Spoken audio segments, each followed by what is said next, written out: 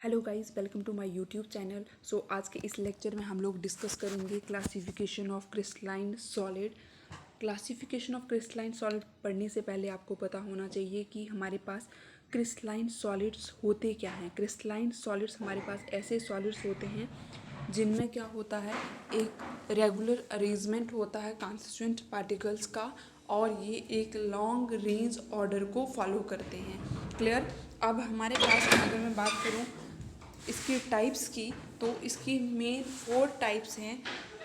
जो crystalline solids होते हैं depending upon the nature of intermolecular force, यानी कि उनके बीच में जो इंटरमॉलिक्यूलर फोर्स है उसकी नेचर कैसी है, उस बेसिस पे इनको 4 पार्ट्स में डिवाइड किया हुआ है। First is molecular solid, second is ionic solid, third metallic solid and fourth is covalent solid. Now अब फर्स्ट हम लोग डिस्कस करेंगे मॉलिक्यूलर सॉलिड। ये वो सॉलिड्स होते हैं, जैसे कि नाम ही इंडिकेट कर रहा है कि इनमें कॉन्स्टिट्यूएंट्स पार्टिकल्स जो होंगे वो मॉलिक्यूल्स होंगे। अब ये जो मॉलिक्यूलर सॉलिड्स होते हैं ये फर्दर क्लासिफाइड हैं और टाइप्स में, डिपेंडिंग ऑन द कि उनके बीच में जो फोर्स ऑफ अट्रैक्शन है वो कौन कौन सी है। तो वो कौन सी है, एक है डिस्पर्शन फोर्स और London force, dipole force, and next is your hydrogen bonding. Hydrogen bonding या हाइड्रोजन बॉन्ड आप कुछ भी बोल सकते हो, ठीक है। अब इन फोर्सेस के बेसिस पे इन मॉलिक्यूल्स को 3 मेन पार्ट्स में डिवाइड किया हुआ है। ये मैं आपको वन बाय वन एक्सप्लेन करूंगी। फर्स्ट है नॉन पोलर मॉलिक्यूलर सॉलिड्स, यानी कि ऐसे क्रिस्टलाइन सब्सटेंस जिनके अंदर कॉन्स्टिट्यूएंट पार्टिकल्स जो होंगे वो नॉन पोलर मॉलिक्यूल्स होंगे, या फिर क्या होंगे, नॉवल गैसेस होंगी। नॉवल गैसेस का मतलब है इनर्ट गैसेस जो किसी से रिएक्ट नहीं करना चाहते। जब किसी से वो रिएक्ट ही नहीं करना चाहते तो वो कैसे मॉलिक्यूल बनाएंगे, ये मैं आपको बताऊंगी। और फिर आते हैं सेकंड वाले नॉन पोलर मॉलिक्यूल्स, यानी कि जिनके अंदर जो डाइपोल है वो डेवलप ही नहीं होता। अगर डाइपोल डेवलप नहीं होगा तो वो सॉलिड कैसे बनाएंगे। देखिए यहाँ पे ये हम आता है हमारे पास हाइड्रोजन मॉलिक्यूल, ठीक है, H2 हाइड्रोजन मॉलिक्यूल। ये कैसे बनता है, ये हाइड्रोजन है और ये हाइड्रोजन है, इसके बीच में क्या है, एक बॉन्ड है, ठीक है। अब ये मॉलिक्यूल क्या है, स्टेबल है, इसने अपनी शेयरिंग की हुई इलेक्ट्रॉन से, ये स्टेबल है। तो ये दूसरे के साथ क्यों रिएक्ट करना चाहेगा। मॉलिक्यूल कब रिएक्ट करता है या कोई भी एटम कब रिएक्ट करता है, जब वो अनस्टेबल होता है। तो ये क्यों रिएक्ट करना चाहेगा, क्या होता है समटाइम इस हाइड्रोजन मॉलिक्यूल में कभी कभी क्या होता है कि जो चार्ज डेंसिटी होती है वो एक साइड पे अकोमोलेट हो जाती है, यानी कि जो नेगेटिव चार्ज होगा वो इस साइड पे आ जाएगा और पॉजिटिव चार्ज यहाँ पे आ जाएगा। इसको बोलेंगे हम लोग डाइपोल इंड्यूस हो गया है, लेकिन टेम्पररी डाइपोल बना है, कोई परमानेंट नहीं है, ठीक है। किसी एक्सटर्नल फोर्स ऑफ अट्रैक्शन की वजह से इसकी चार्ज डेंसिटी एक साइड जो है वो डिस्ट्रीब्यूट हो गई है दोनों साइड पे। दूसरा मॉलिक्यूल लेंगे, यहाँ पे क्या होगा, यहाँ पे भी सेम, यहाँ पे पॉजिटिव चार्ज होगा, यहाँ पे नेगेटिव चार्ज होगा। अब ये पॉजिटिव चार्ज और ये नेगेटिव चार्ज दोनों कंबाइन करेंगे और एक बनाएंगे मॉलिक्यूल। इन्हीं को बोलेंगे हम लोग नॉन पोलर मॉलिक्यूलर सॉलिड्स, यानी कि ये किससे बने हुए हैं, नॉन पोलर मॉलिक्यूल से बने हुए हैं। नॉन पोलर मॉलिक्यूल कौन सा, H2। और कौन कौन से एटम्स या मॉलिक्यूल्स जो होते हैं वो नॉन पोलर मॉलिक्यूलर सॉलिड्स बनाते हैं, वो और आते हैं हमारे पास, जैसे हीलियम हो गया, नियॉन हो गया, आर्गन, या फिर हाइड्रोजन हो गया, या कार्बन डाइऑक्साइड। ऐसे मॉलिक्यूल जिनके अंदर डाइपोल डेवलप नहीं होता है या वो पोलर मॉलिक्यूल नहीं होते हैं। क्लियर।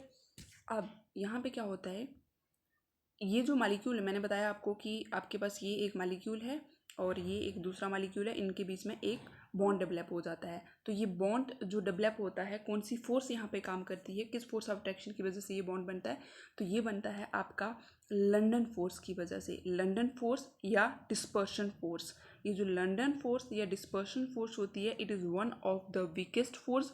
और कौन से मॉलिक्यूल के बीच में होती है ये होती है नॉन पोलर मॉलिक्यूलर सॉलिड्स के बीच में। क्लियर।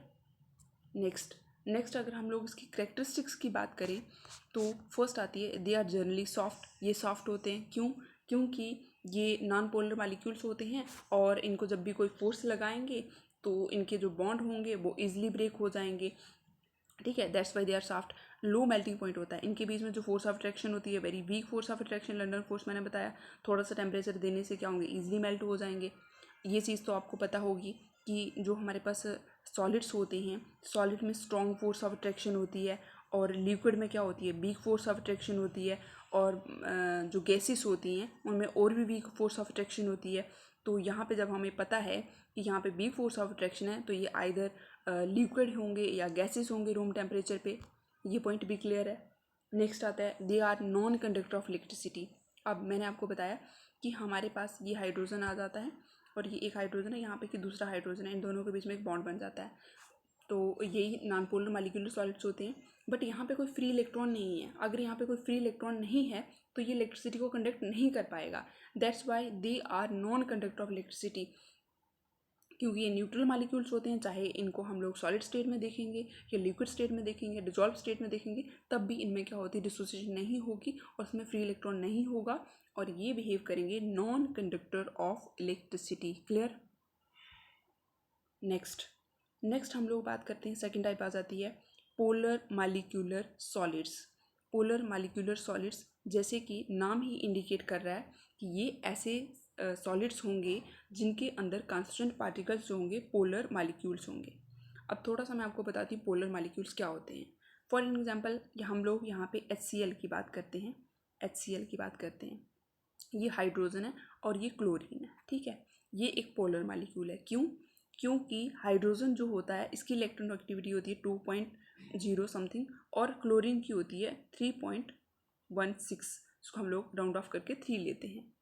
अब यहाँ पे क्या होता है, chlorine is the most electronegative element as compared to hydrogen, ठीक है। क्लोरीन हाइड्रोजन से ज़्यादा इलेक्ट्रोनेगेटिव है।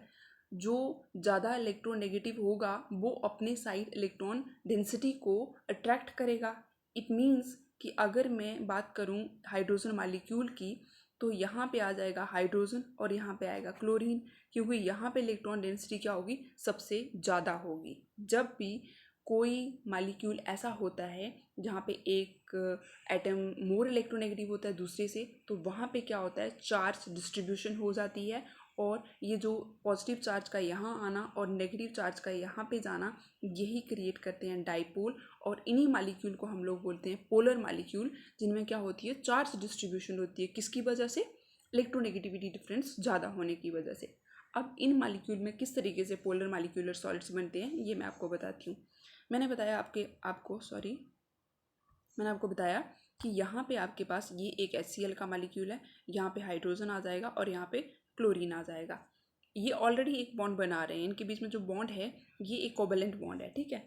अब दूसरा मॉलिक्यूल आएगा, इनको एक सॉलिड बनाना है दो मॉलिक्यूल को मिलके। यहाँ पे दूसरा मॉलिक्यूल आएगा, यहाँ पे फिर से हाइड्रोजन होगा और यहाँ पे क्लोरीन होगा। हाइड्रोजन यानी कि पॉजिटिव चार्ज, क्लोरीन यानी कि नेगेटिव चार्ज। इसका पॉजिटिव चार्ज और इसका नेगेटिव चार्ज आपस में ज्वाइन करेंगे और एक बॉन्ड की फॉर्मेशन करेंगे, ठीक है। ये जो बॉन्ड होता है, bond is a type of force of attraction. तो ये कौन सी फोर्स होगी, क्योंकि ये एक डाइपोल है और ये भी एक डाइपोल है, तो इसको बोलते हैं dipole dipole force of attraction. इसको क्या बोलेंगे, dipole dipole force of attraction. Clear. तो क्या सीखा हमने कि जो पोलर मॉलिक्यूलर सॉलिड्स होते हैं उनके वो जो बनते हैं वो किससे बनते हैं, पोलर कोवेलेंट मॉलिक्यूल से बनते हैं, या फिर ऐसे बोल सकते हो ऐसे मॉलिक्यूल जिनके अंदर पोलराइजेशन होती है। जैसे कि हमारे पास HCl हो गया, SO2 है, अमोनिया एट्सेट्रा। और इनके बीच में जो फोर्स ऑफ अट्रैक्शन होती है वो कौन सी होती है, strong dipole dipole force of attraction होती है। नाउ इसकी करेक्टरिस्टिक्स की बात करते हैं। फर्स्ट करेक्टरिस्टिक होती है इसकी नॉन कंडक्टर ऑफ इलेक्ट्रिसिटी। जैसे आप देख पा रहे हैं यहाँ पे कोई भी फ्री इलेक्ट्रॉन नहीं है। जब कोई भी फ्री इलेक्ट्रॉन नहीं है तो ये मॉलिक्यूल क्या होंगे, नॉन कंडक्टर ऑफ इलेक्ट्रिसिटी होंगे, यानी कि बैड कंडक्टर ऑफ इलेक्ट्रिसिटी होंगे। और इनका जो मेल्टिंग पॉइंट होगा, बॉइलिंग पॉइंट होगा, वो भी काफ़ी लो होगा, क्योंकि ये जो बॉन्ड है ये भी कोई इतना स्ट्रॉन्ग बॉन्ड नहीं होता है, लेकिन as compared to London force या डिस्पर्शन फोर्स थोड़ा सा स्ट्रॉन्ग होता है। तो बॉन्ड वीक होने की वजह से ईजिली मेल्ट हो जाएंगे, थोड़ा सा टेम्परेचर देने से ईजिली बॉयल हो जाएंगे, ठीक है। नेक्स्ट पॉइंट, अब मैंने बताया आपको कि ये भी थोड़े से वीक होते हैं, वीक बॉन्ड होते हैं, तो मेल्टिंग बॉइलिंग पॉइंट इनका लो है। दैट्स वाई ये most of the time gases या लिक्विड ही रहेंगे रूम टेम्परेचर एंड प्रेशर पे। ये भी क्लियर है। नेक्स्ट थर्ड हमारे पास मॉलिक्यूलर सॉलिड की जो थर्ड टाइप आती है, दिस इज़ ये आती है आपके पास हाइड्रोजन बॉन्डेड मॉलिक्यूलर सॉलिड्स। अब नाम से ही पता चल रहा है कि ऐसे मॉलिक्यूलर सॉलिड जिनमें हाइड्रोजन बॉन्डिंग होगी।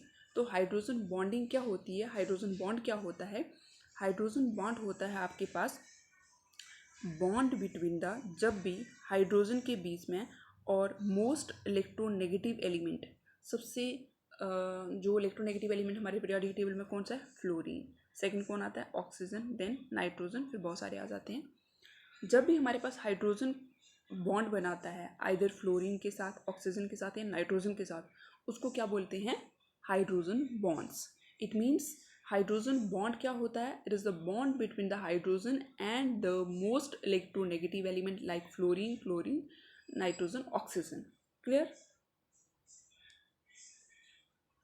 अब यहाँ पे जैसे कि हमें नाम से ही पता चल रहा है कि इन मालिक्यूल्स में जो कॉन्स्टिट्यूएंट पार्टिकल्स रहेंगे या फिर ये मालिक्यूल्स ऐसे कंपाउंड बनाएंगे जिनमें क्या होगा? हाइड्रोजन बॉन्डिंग होगी इनके बीच में।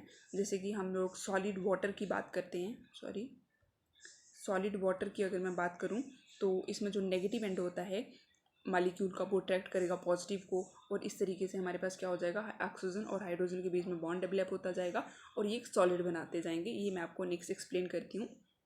इनकी अगर मैं करेक्टरिस्टिक्स की बात करूँ तो क्या होती है इनकी करेक्टरिस्टिक्स? फर्स्ट, ये जनरली वोलाटाइल होते हैं, वोलाटाइल लिक्विड होते हैं, यानी कि ईजिली वेपर में चेंज हो जाते हैं, और सॉफ्ट होते हैं under solid room temperature and pressure. और ये भी सॉफ्ट ही रहते हैं, एक टाइप की इसमें वीक फोर्स ही होती है। लेकिन अगर मैं कंपेयर करूँगी इन तीनों फोर्सेस में, अगर कंपेयर किया जाए तो सबसे वीक जो रहती है वो आपकी लंदन फोर्स है। ठीक है, वीकेस्ट फोर्स कौन सी है? लंदन है। फिर उससे थोड़ी सी स्ट्रॉन्ग आ जाएगी डाइपोल, डाइपोल फोर्स आ जाएगी, डाइपोल, डाइपोल आ जाएगी। और इससे भी स्ट्रॉन्ग, इन तीनों के कंपैरिजन में इससे भी स्ट्रॉन्ग आएगी आपके पास हाइड्रोजन बॉन्डिंग, या जो हाइड्रोजन बॉन्ड बनाने वाले मालिक्यूलर सॉलिड्स होते हैं, हाइड्रोजन बॉन्डिंग, इन तीनों में से स्ट्रॉन्ग फोर्स ऑफ अट्रैक्शन होगी। क्लियर? नेक्स्ट, अब यहाँ पे भी आपने देखा होगा कि यहाँ पे भी कोई भी फ्री इलेक्ट्रॉन नहीं है, तो इसीलिए ये non conductor of electricity behave करते हैं। ये भी नॉन कंडक्टर ऑफ इलेक्ट्रिसिटी रहते हैं। एंड इनका जो बॉइलिंग एंड मेल्टिंग पॉइंट होता है, अगर मैं पोलर और नॉन पोलर मालिक्यूलर सॉलिड से कंपेयर करूँ तो जनरली थोड़ा सा हाई होता है। उसका रीज़न ये रहता है क्योंकि इसकी जो बॉन्डिंग होती है वो भी उनसे थोड़ी सी स्लाइटली हायर होती है। क्लियर?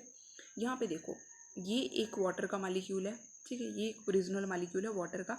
ये ऑक्सीजन है, यहाँ पे हाइड्रोजन है और यहाँ पे हाइड्रोजन है। ठीक है, अब दूसरा मालिक्यूल है वाटर का, ये ऑक्सीजन H2O होता है ना, ये हाइड्रोजन, ये हाइड्रोजन। इस मालिक्यूल का हाइड्रोजन जो है, इस मालिक्यूल का हाइड्रोजन इस मालिक्यूल के ऑक्सीजन से बॉन्डिंग करेगा। ठीक है, बॉन्डिंग करेगा। अभी मैंने आपको बताया कि हाइड्रोजन और ऑक्सीजन के बीच में जो बॉन्ड बनता है उसी को हाइड्रोजन बॉन्डिंग बोलते हैं। और यहाँ पे क्या होगा? ये जो बॉन्ड बनेगा ये इसको बोलते हैं हाइड्रोजन बॉन्डिंग। और ये जो पूरा स्ट्रक्चर है, दिस इज द आइस, ये आइस बनेगी और इसी को बोलते हैं hydrogen bonded molecular solid. Clear?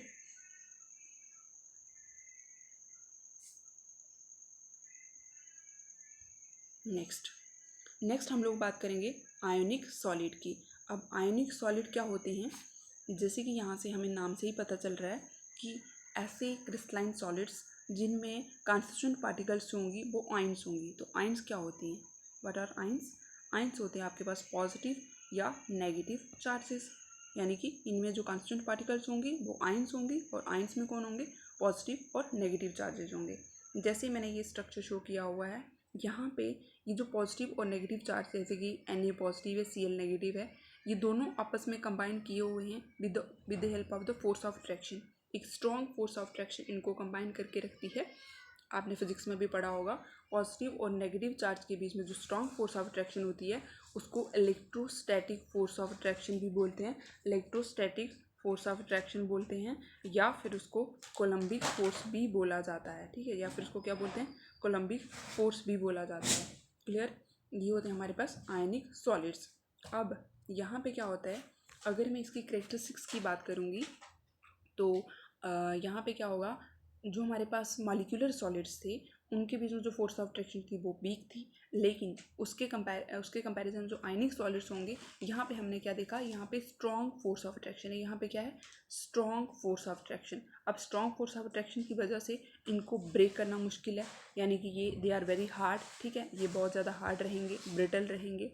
दूसरा, अब स्ट्रॉन्ग फोर्स ऑफ अट्रैक्शन है तो उसको हाई टेम्परेचर चाहिए होगा मेल्ट होने के लिए, हाई टेम्परेचर चाहिए होगा बॉयल होने के लिए। That's why they have the high melting and boiling point. Third point, ये पोर कंडक्टर ऑफ इलेक्ट्रिसिटी होते हैं। यहाँ पे सारे के सारे जो पॉजिटिव चार्ज हैं, पॉजिटिव और नेगेटिव आयंस आपस में बॉन्ड बना रही हैं, तो इनके बीच में इनके पास कोई भी फ्री इलेक्ट्रॉन नहीं है। That's why they are poor conductor of electricity. But यहाँ पे हमें एक एक्सेप्शन देखने को मिलती है, और वो एक्सेप्शन क्या है अभी मैं आपको बताती हूँ। जब ये हमारे पास जो आयनिक सॉलिड्स होंगे, जब भी हमारे पास जो आयनिक सॉलिड्स हैं, आयनिक सॉलिड जो हैं, इनको हम लोग पानी में डालेंगे, यानी कि जब ये मोल्टन स्टेट में होंगे, जैसे कि हमारे पास NaCl हो गया, और इसको जब हम लोग वाटर में डालेंगे, जिसको बोला जाता है डिसोसिएशन करना या डिजॉल्व करना, तो Na पॉजिटिव अलग हो जाएगा और Cl नेगेटिव अलग हो जाएगा। यानी कि यहाँ पे फ्री इलेक्ट्रॉन होंगे, फ्री नेगेटिव चार्ज होंगे। फ्री इलेक्ट्रॉन होने की वजह से इसमें क्या होगा, they behave as a good conductor of, इसके पास फ्री आयंस आ जाएंगी और ये बिहेव करेंगे good conductor of electricity. Clear? यानी कि आयनिक सॉलिड जर्नली क्या होते हैं, पोर कंडक्टर ऑफ इलेक्ट्रिसिटी होते हैं, लेकिन जब वो मोल्टन स्टेट में होते हैं तो वो बिहेव करते हैं गुड कंडक्टर ऑफ इलेक्ट्रिसिटी। और इनकी जो कॉमन एग्जांपल आती है वो कौन सी है, NaCl है, KNO3 है, LiF है, एट्सेट्रा। ये सारी एग्जांपल किसकी हैं, आयोनिक सॉलिड्स की है। अब हमारे पास जो लास्ट टाइप आएगी क्रिस्टलाइन सॉलिड की, this is the metallic solid. Metallic solid क्या होते हैं, एज द नेम इंडिकेट्स कि यहाँ पे जो आपके कांस्टेंट पार्टिकल्स होंगे वो क्या होंगे, मेटल्स होंगे। और मेटल्स कौन से होंगे, ट्रांजिशन मेटल्स होंगे, यानी कि जिनको हम लोग डी ब्लॉक एलिमेंट्स बी बोलते हैं, ट्रांजिशन मेटल्स होंगे। अब ट्रांजिशन मेटल्स में क्या होता है हमारे पास, इसमें स्पेसिफिकली ट्रांजिशन मेटल्स की जो पॉजिटिव आयंस होंगी वो इसकी क्या होंगी, वो इसके कांस्टेंट पार्टिकल्स होंगे। और जो पॉजिटिव आयंस होती हैं उनको क्या बोला जाता है, उनको बोला जाता है कर्नल्स। क्या बोलते हैं उनको, कर्नल्स। कर्नल्स क्या होते हैं, मेटल्स का जो न्यूक्लियस होता है प्लस उसमें जो पॉजिटिव चार्ज होता है, वो दोनों मिला के क्या बनाते हैं, कर्नल्स बनाते हैं, और वही मेटेलिक सॉलिड्स के कांस्टेंट पार्टिकल्स होते हैं। आपको मैं एक एग्जांपल बताती हूँ। फॉर एग्जांपल मैं आयरन की बात करती हूँ। आयरन एक ट्रांजिशन मेटल है, ठीक है। आयरन क्या है, एक ट्रांजिशन मेटल है। अब आयरन में क्या होता है, इसका जो एटॉमिक नंबर है वो 26 होता है, एटॉमिक नंबर 26 होता है। और इसकी इलेक्ट्रॉनिक कॉन्फ़िगरेशन की अगर मैं बात करूँगी तो ये रहेगी हमारे पास आर्गान 18, ठीक है, आर्गान 18, और ये रहेगा 3d6, और ये रहेगा 4s2, ठीक है। यानी कि इसके जो आउटर शेल इलेक्ट्रॉन हैं वो कितने हैं, 8 इसके आउटर मोस्ट शेल में कितने इलेक्ट्रॉन हैं, 8 इलेक्ट्रॉन है। जब ये मेटेलिक सॉलिड्स बनाएंगे तो कैसे बनेंगे, ये आपके पास एक आयरन होगा, 1 सेकेंड,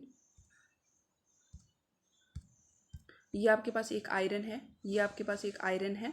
अब यहाँ पे क्या है, 1 मिनट, ये आपके पास आयरन आ जाता है Fe।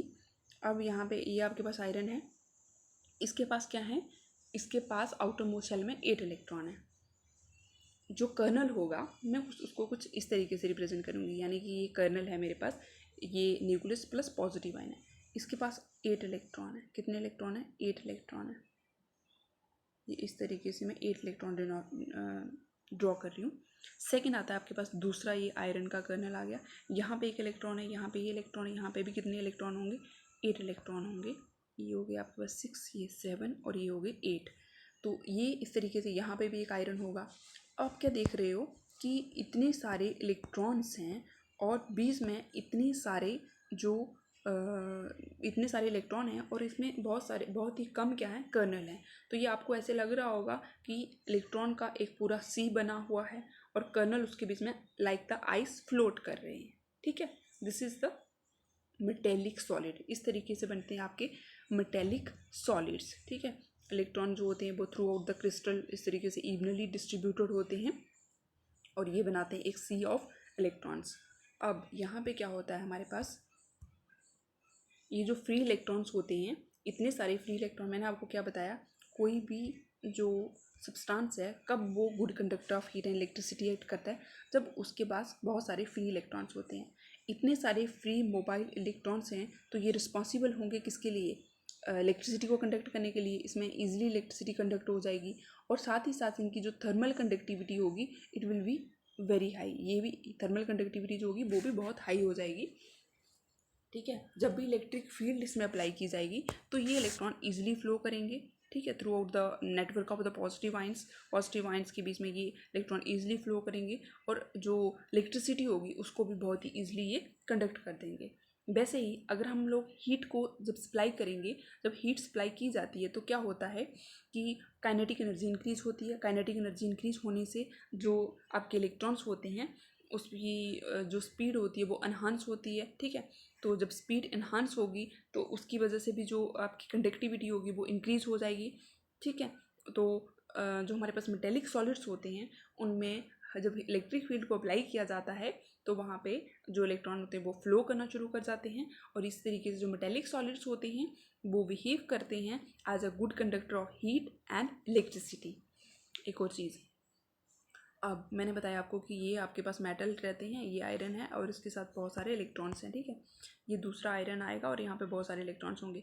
अब ये जो आयरन होगा, ये जो आपका ये एक पॉजिटिव चार्ज है और ये इलेक्ट्रॉन के ऊपर नेगेटिव चार्ज है, इन दोनों के बीच में जो बॉन्ड बनेगा this is known as the metallic bond. तो जो मेटेलिक सॉलिड्स होंगे उनके बीच में जो फोर्स ऑफ अट्रैक्शन होगी, जो बॉन्डिंग होगी, वो कौन सी होगी? मेटेलिक बॉन्डिंग होगी, ठीक है। This is not the last, एक और इसकी टाइप आ जाती है। नेक्स्ट आता है हमारे पास इसकी करेक्टरिस्टिक्स। जैसी मेटल की करेक्टरिस्टिक्स होंगी वैसे ही मेटेलिक सॉलिड की करेक्टरिस्टिक्स होंगी। अगर मैं इसकी करेक्टरिस्टिक्स की बात करूं तो ये हार्ड होते हैं एज वेल एज सॉफ्ट होते हैं, ये good conductor of heat and electricity होते हैं। मैंने आपको बता दिया इसके पास बहुत सारे फ्री इलेक्ट्रॉन्स होते हैं और हार्ड होने का रीज़न क्या है कि जो मेटेलिक बॉन्ड है ये काफ़ी स्ट्रॉन्ग बॉन्ड है, ठीक है। एंड मेटल अगर हमारे पास लस्ट्रस होते हैं, कलर, इसमें कलर की प्रॉपर्टी होती है। आपको पता होगा कि ट्रांजिशन मेटल्स में क्या होते हैं, फ्री इलेक्ट्रॉन्स होते हैं। जब वो ग्राउंड स्टेट से एक्साइटेड स्टेट में जाते हैं तो वापस आते हैं तो कुछ कॉम्प्लीमेंट्री कलर्स को वो रिफ्लेक्ट करते हैं, जिसकी वजह से जो ट्रांजिशन मेटल्स होते हैं वो कलर शो करते हैं। तो ये भी इसकी प्रॉपर्टी आ जाएगी। एंड मेलाइबल एंड डक्टाइल, इनको हम लोग शीट्स में कन्वर्ट कर सकते हैं, इनको हम लोग बाइट्स में कन्वर्ट कर सकते हैं। एग्जाम्पल की बात करूँ तो इसमें निकल आता है, कापर आता है, अलॉय आती है, ये सारी किसकी एग्जाम्पल आ जाती है हमारे पास? ये एग्जाम्पल आ जाती है मेटेलिक सॉलिड्स की। Is it clear to everyone?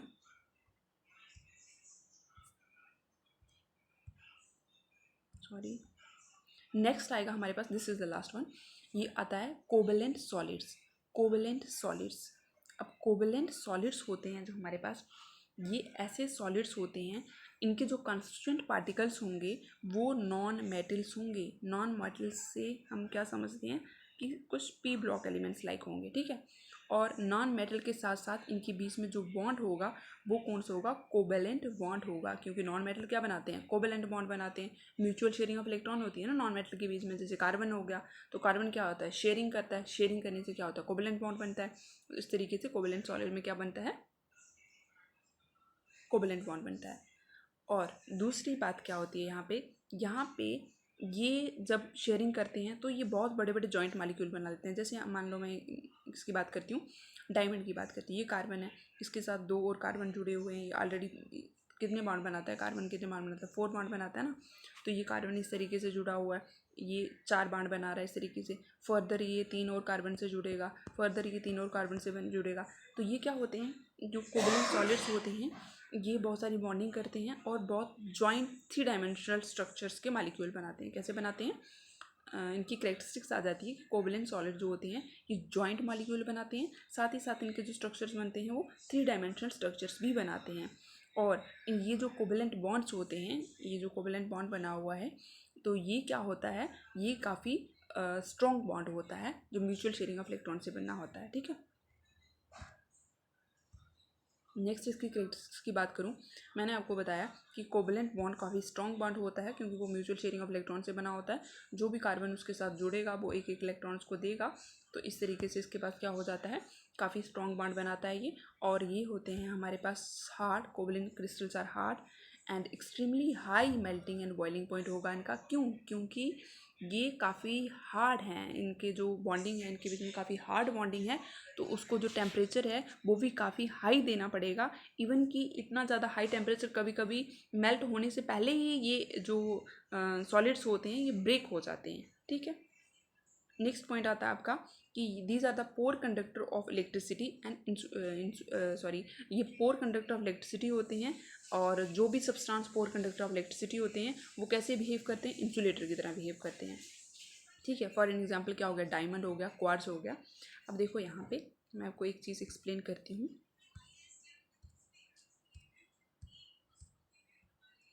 ये मेरे पास है डायमंड का स्ट्रक्चर। मैंने बताया कि कोवलेंट बॉन्ड जो होते हैं वो कोवलेंट बॉन्ड काफ़ी स्ट्रॉन्ग बॉन्ड होते हैं, और साथ ही साथ क्या होता है, पोर कंडक्टर ऑफ इलेक्ट्रिसिटी होते हैं। मैं एग्जांपल लेती हूँ यहाँ पे डायमंड की। ये मेरे पास डायमंड का ये मेरे पास डायमंड का स्ट्रक्चर है। स्ट्रक्चर रहेगा कुछ ऐसे। ये कार्बन है, ये कार्बन फर्दर 3 कार्बन से जुड़ा हुआ है और ऑलरेडी एक से जुड़ा हुआ है। यहाँ पे फर्दर ये 3 बॉन्ड बनाएगा इस तरीके से, इस तरीके से। कार्बन के आउटर मोस्ट शेल में 4 इलेक्ट्रॉन्स होते हैं और 4 के 4 बॉन्ड बना रहे हैं, तो कार्बन के पास कोई भी फ्री इलेक्ट्रॉन नहीं है। जब इसके पास कोई भी फ्री इलेक्ट्रॉन नहीं है तो ये इलेक्ट्रिसिटी को कैसे कंडक्ट करेगा। दैट्स वाई डायमंड जो होता है एक हार्डेस्ट सब्सटेंस है कोवलेंट बॉन्डिंग की वजह से। दूसरा, ये पोर कंडक्टर ऑफ इलेक्ट्रिसिटी इसलिए रहता है क्योंकि इसके पास कोई भी फ्री इलेक्ट्रॉन नहीं है। नो फ्री इलेक्ट्रॉन होने की वजह से, नो इलेक्ट्रॉन फ्री या नो फ्री इलेक्ट्रॉन होने की वजह से ये क्या है, पोर कंडक्टर ऑफ इलेक्ट्रिसिटी है। बट वहीं दूसरी ओर अगर मैं ग्रेफाइट की बात करूँगी, अगर मैं ग्रेफाइट के स्ट्रक्चर यहाँ पे मैंने बना भी रखा है, थोड़ा सा आपको मैं समझाने की कोशिश करूँ तो ये कुछ ऐसे रहता है। ये आपके पास कार्बन है, ये कार्बन है, ये कार्बन है, ये इस तरीके से होगा, यहाँ पे कार्बन इस तरीके से इसकी बॉन्डिंग होगी। यहाँ पे कार्बन 3 बॉन्ड बना रहा है, लेकिन कार्बन की टेंडेंसी 4 बॉन्ड बनाने की है। सेम यहाँ पे एक लेयर आपको यहाँ पे दिखेगी, ये भी ऐसे जुड़ा होगा, ये इस तरीके से। अब यहाँ पे जो इसका फ्री इलेक्ट्रॉन है और इसका जो फ्री इलेक्ट्रॉन है ये आपस में टेम्पररी बॉन्डिंग कर देते हैं, टेम्पररी बॉन्डिंग कर देते हैं। ठीक है, टेम्पररी बॉन्डिंग कर सकते हैं लेकिन है तो फ्री। तो इसकी वजह से जो ग्रेफाइट है, graphite good conductor of heat and electricity होता है। क्योंकि इसके पास फ्री इलेक्ट्रॉन होता है जो इलेक्ट्रिसिटी को कंडक्ट करता है। समटाइम ग्रेफाइट जो है वो एक अच्छा लुब्रिकेंट भी एक्ट करता है। लुब्रिकेंट मीन्स कि जिसमें फ्रिक्शन नहीं होती है। क्योंकि इसके पास क्या रहता है, फ्री इलेक्ट्रॉन रहते हैं। This is all about classification of crystalline solids. I hope आप सब लोगों को क्लियर हुआ होगा। अगर लेक्चर अच्छा लगा हो तो लाइक, शेयर एंड सब्सक्राइब करना ना भूलें। This is all about today's lecture. Thank you so much.